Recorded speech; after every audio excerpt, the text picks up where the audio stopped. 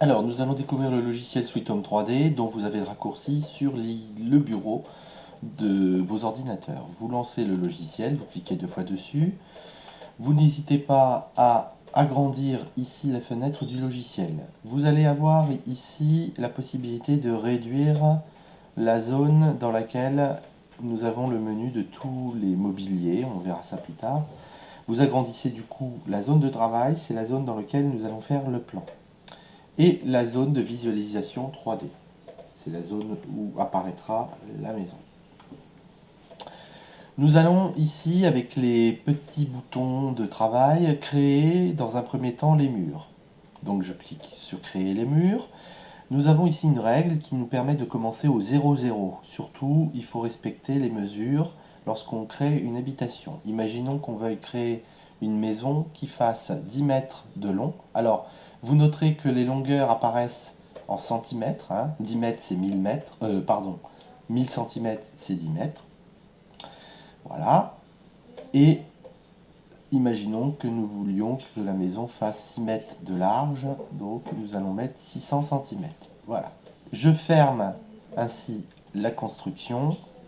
Une fois qu'elle est fermée, pour me libérer, j'appuie sur la touche échappe du clavier.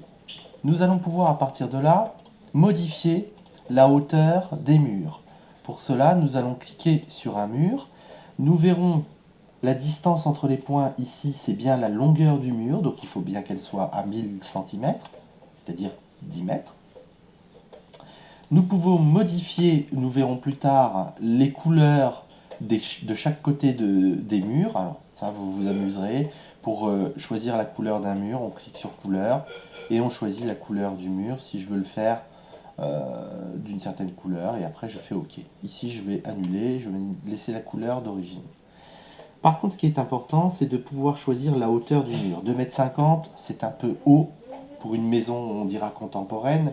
Aujourd'hui, nous avons plutôt des plafonds qui sont à peu près à 2,20 m, admettons. Nous allons placer la hauteur de plafond à 2,20 m. Notez que dans la vue 3D, le mur ici a bien été réduit dans sa hauteur. Je vais faire la même chose pour tous les murs, 220, c'est-à-dire 2,20 m. Voilà, voilà.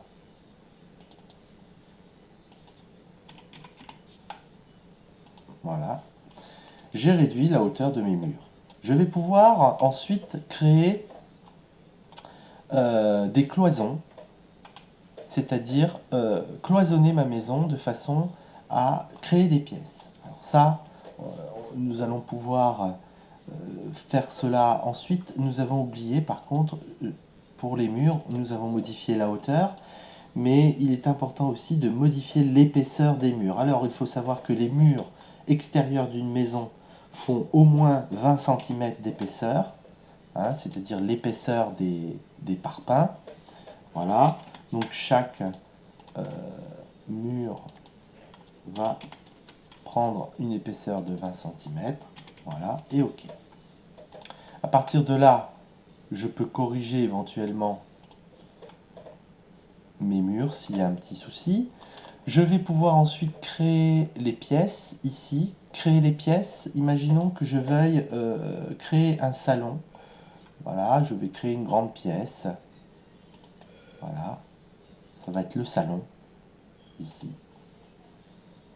Voilà, je fais échappe pour me libérer. Un salon qui fera à peu près 28 mètres carrés. Lorsque je clique sur le salon, je peux taper son nom, salon. Et je peux même choisir la texture du plancher, ici.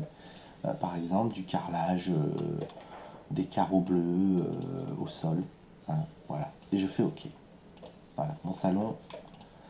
Je vais pouvoir ensuite créer différentes pièces. Imaginons que je veuille un couloir. Alors, hop, voilà. Donc je vais fermer mon salon ici. Je vais créer un couloir, ce qui va me permettre de créer des chambres. Je fais échappe. Ici, je peux créer une chambre et une salle de bain. Voilà, une salle d'eau. Hop. À partir de là, je vais pouvoir recréer mes sols. Je fais OK. Vous avez compris le principe. À chaque fois, on crée les murs et on crée les sols. Voilà. Je clique dedans 2 fois pour l'appeler salle de bain.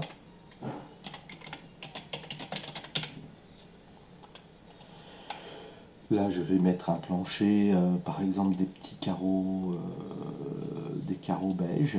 Ok, ok. Voilà.